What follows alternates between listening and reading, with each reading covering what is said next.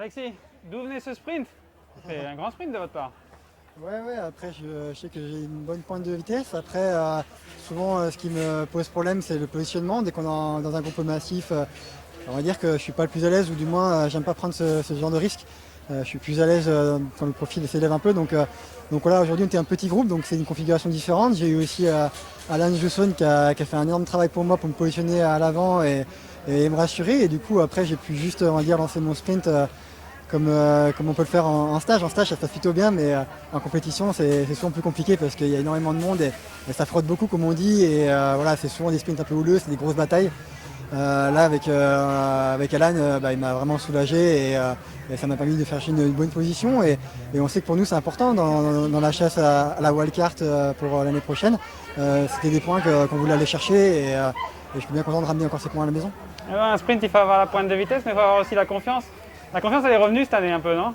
Ouais, après, c'est vrai qu'avec l'équipe Total Energy, on m'a laissé le temps de retravailler mes qualités de base, plutôt d'explosivité. J'ai voulu, chez AG2R, de mon propre chef, progresser en montagne. J'ai vu aussi mes limites aussi en montagne, donc je suis revenu à mes qualités de base, plutôt de puncher. Et forcément, quand on a un bon punch, on a une petite pointe de vitesse, donc ça peut être sympa aussi de jouer envers des devants, de sentir l'excitation, de jouer la gagne dans la finale, même si au final c'est qu'un podium. Le fait d'être en position et de voir la ligne d'arrivée et on sait qu'on joue la gagne, c'est ce qui est le plus excitant dans le vélo et c'est pour ça que j'aime faire du vélo et c'est pour ça que je pense qu'un sportif fait du vélo. On va vous voir sur le Lombardie samedi?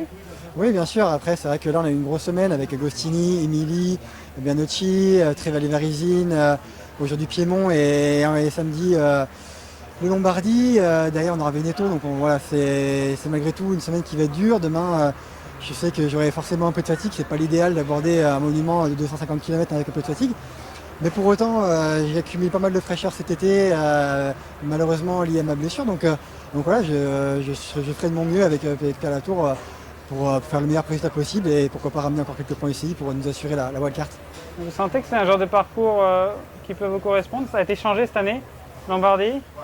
Ouais, après j'avais terminé 4e en 2017 sur le parcours initial, donc Lombardie, je sais que c'est une course qui peut me convenir, même si je sais que c'est toujours une course qui est à la limite dure, mais quand je suis en grande condition, j'arrive à basculer avec le meilleur. J'estime pas être malheureusement dans ma meilleure condition, on va dire, en montagne, mais pourquoi pas aller le plus loin possible. Et effectivement, vu que le parcours il est sur Yano en moins, il me semble cette année, peut-être que le parcours sera un peu moins difficile. Et avec Dessy, de toute manière, on espérera toujours et on fera de son mieux. Et en tout cas, on ne lâchera rien jusqu'au bout pour aller le plus loin possible. Merci beaucoup Alexis. Merci. Bravo.